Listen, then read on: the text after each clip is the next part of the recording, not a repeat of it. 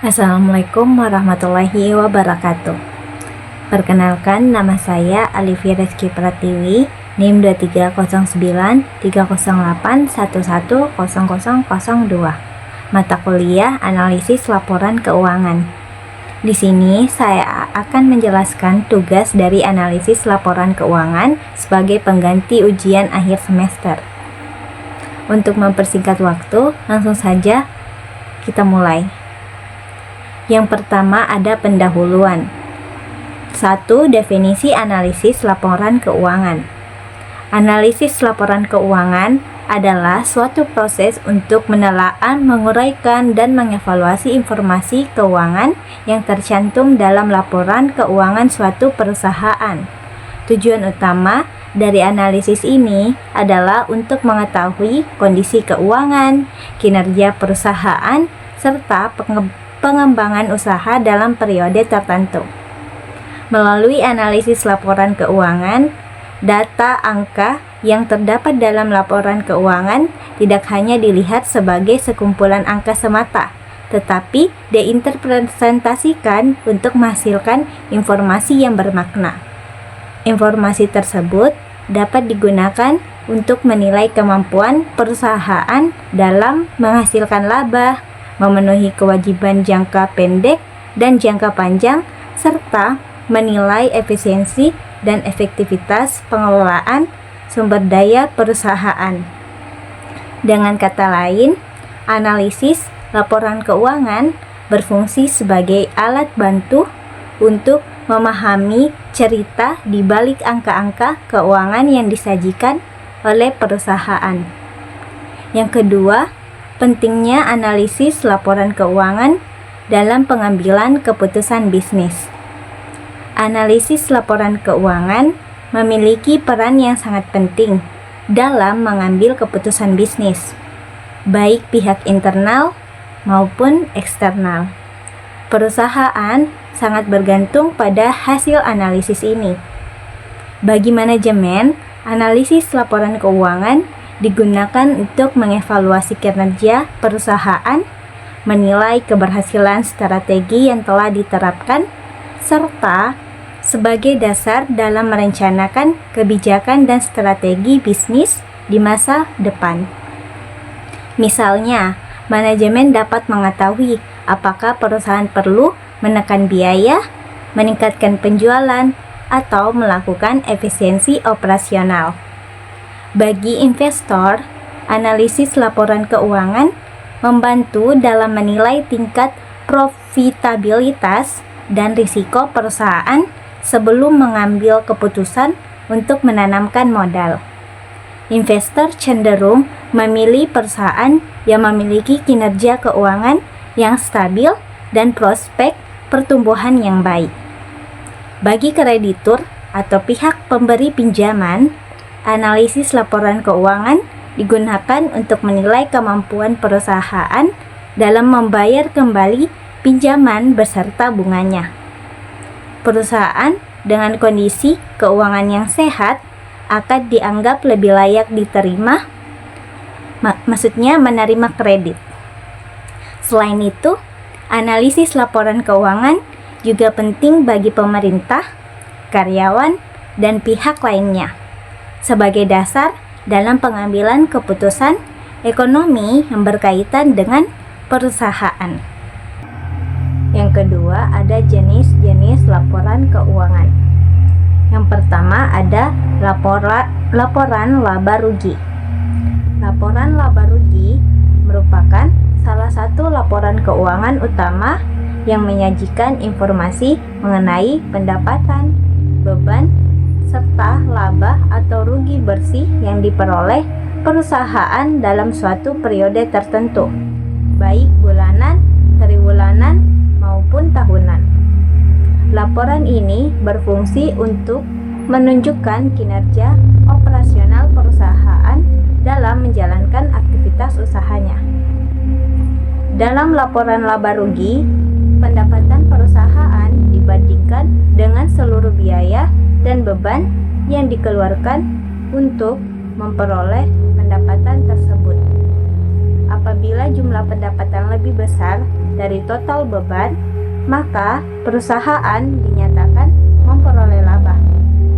Sebaliknya, jika beban lebih besar daripada pendapatan, perusahaan akan mengalami kerugian. Oleh karena itu, laporan laba rugi menjadi alat utama untuk menilai kemampuan perusahaan dalam menghasilkan keuntungan. Selain itu, laporan laba rugi juga memberikan informasi mengenai struktur biaya perusahaan seperti beban operasional, beban administrasi, beban pemasaran, serta beban keuangan. Informasi ini sangat penting untuk menilai efisiensi operasional, yaitu sejauh mana perusahaan mampu mengendalikan biaya dalam menjalankan aktivitas bisnisnya. Laporan laba rugi sangat bermanfaat bagi berbagai pihak, baik internal maupun eksternal perusahaan. Bagi manajemen, laporan ini digunakan sebagai dasar mengevaluasi kinerja operasional, menetapkan strategi bisnis, dan merencanakan peningkatan laba di masa mendatang. Bagi investor dan calon investor, laba rugi menjadi bahan pertimbangan dalam menilai tingkat profitabilitas dan prospek perusahaan. Sementara itu, bagi kreditur, laporan ini digunakan untuk menilai kemampuan perusahaan dalam menghasilkan laba guna membayar kewajiban utangnya. Dengan demikian, laporan laba rugi tidak hanya menunjukkan hasil akhir berupa laba atau rugi, tetapi juga memberikan gambaran menyeluruh mengenai kinerja keuangan dan keberlanjutan usaha perusahaan. Yang kedua ada laporan neraca.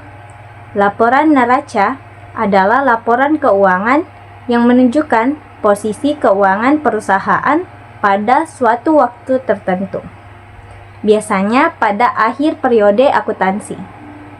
Neraca memberikan gambaran mengenai kondisi keuangan perusahaan secara menyeluruh dengan menampilkan aset, kewajiban, dan ekuitas.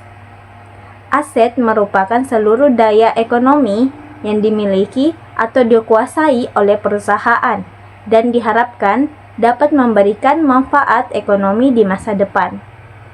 Aset dapat berupa aset lancar seperti kas, piutang, dan persediaan, maupun aset tidak lancar seperti tanah, bangunan, dan peralatan. Kewajiban adalah utang atau tanggungan perusahaan kepada pihak lain yang harus dipenuhi dalam jangka waktu tertentu, baik jangka pendek maupun jangka panjang.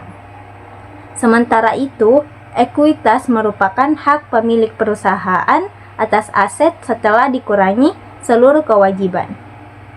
Laporan neraca sangat penting karena mencerminkan struktur keuangan perusahaan, yaitu bagaimana perusahaan membiayai asetnya. Apakah lebih banyak menggunakan modal sendiri atau utang? Dengan menganalisis neraca, pengguna laporan keuangan dapat menilai tingkat likuiditas perusahaan, yaitu kemampuan perusahaan memenuhi kewajiban jangka pendek, serta tingkat solvabilitas, yaitu kemampuan perusahaan memenuhi kewajiban jangka panjang. Bagi manajemen, laporan neraca digunakan untuk mengevaluasi stabilitas keuangan perusahaan dan merencanakan kebutuhan pendanaan di masa depan.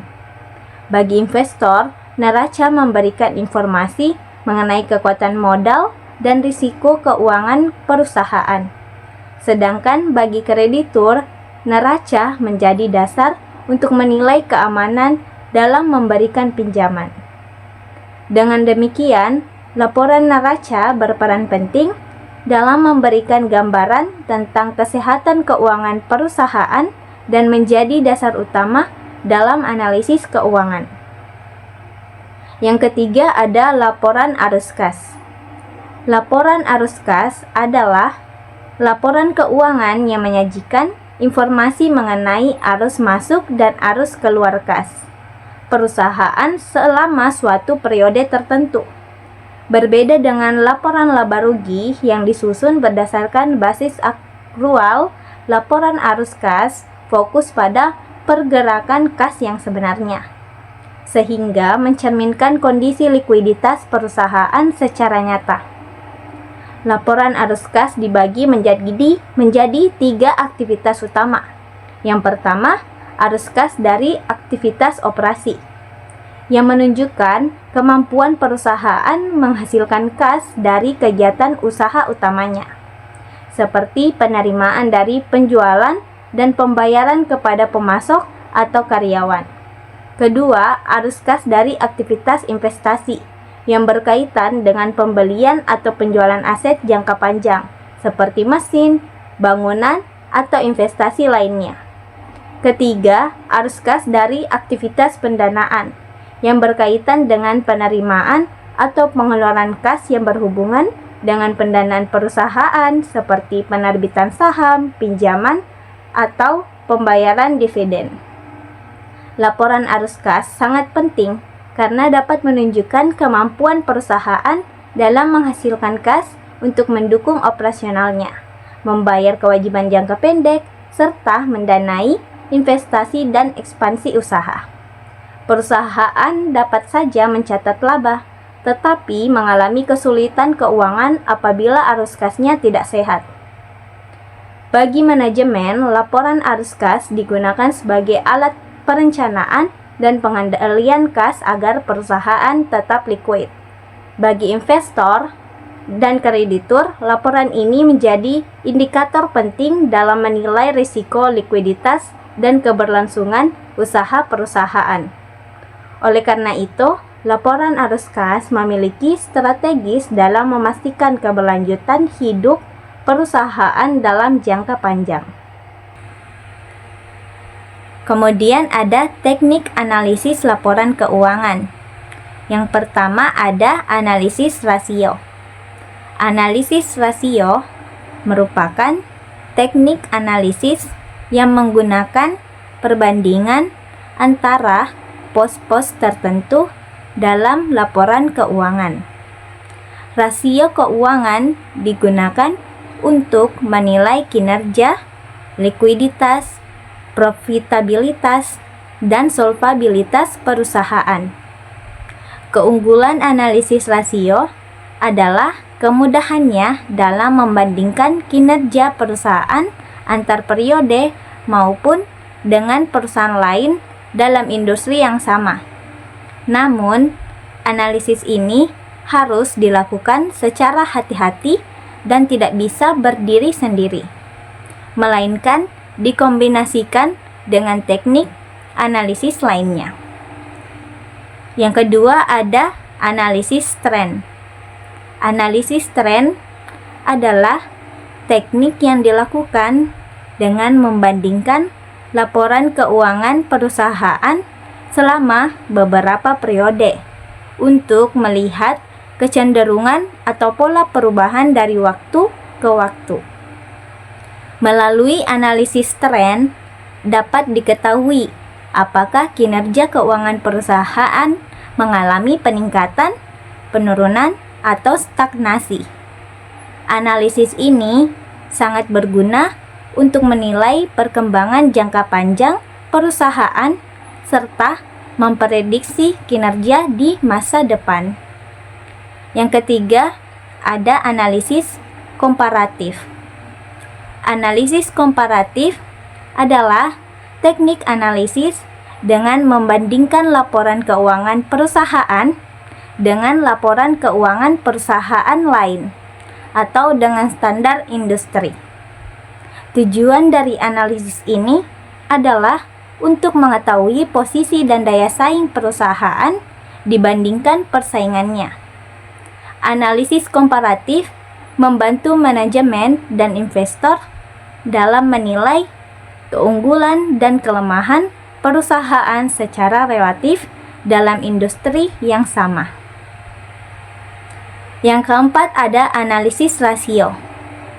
Yang pertama, rasio likuiditas. Rasio likuiditas digunakan untuk mengukur kemampuan perusahaan dalam memenuhi kewajiban jangka pendeknya. Rasio ini menunjukkan tingkat keamanan keuangan perusahaan dalam jangka pendek. Contoh, rasio likuiditas antara lain current ratio dan quick ratio. Rasio likuiditas yang baik menunjukkan bahwa perusahaan memiliki cukup aset lancar untuk membayar kewajiban lancarnya tepat waktu. Yang kedua, rasio profitabilitas. Rasio profitabilitas digunakan untuk mengukur kemampuan perusahaan dalam menghasilkan laba. Rasio ini mencerminkan efektivitas manajemen dalam mengelola sumber daya perusahaan. Contoh rasio profitabilitas antara lain margin laba, return on asset, dan return of equity. Semakin tinggi profitabilitas, semakin baik kinerja perusahaan dalam menghasilkan keuntungan. Yang ketiga, ada rasio solvabilitas. Rasio solvabilitas digunakan untuk mengukur kemampuan perusahaan dalam memenuhi kewajiban jangka panjangnya. Rasio ini menunjukkan seberapa besar perusahaan dibiayai oleh utang dibandingkan dengan modal sendiri. Contoh rasio solvabilitas antara lain debit to equity rasio dan debit to asset rasio. Rasio solvabilitas yang sehat menunjukkan bahwa struktur modal perusahaan berada dalam kondisi yang aman dan tidak terlalu bergantung pada utang. Demikian video yang saya sampaikan. Jika ada salah kata, mohon dimaafkan. Wabillahi taufiq wal hidayah. Wassalamualaikum warahmatullahi wabarakatuh.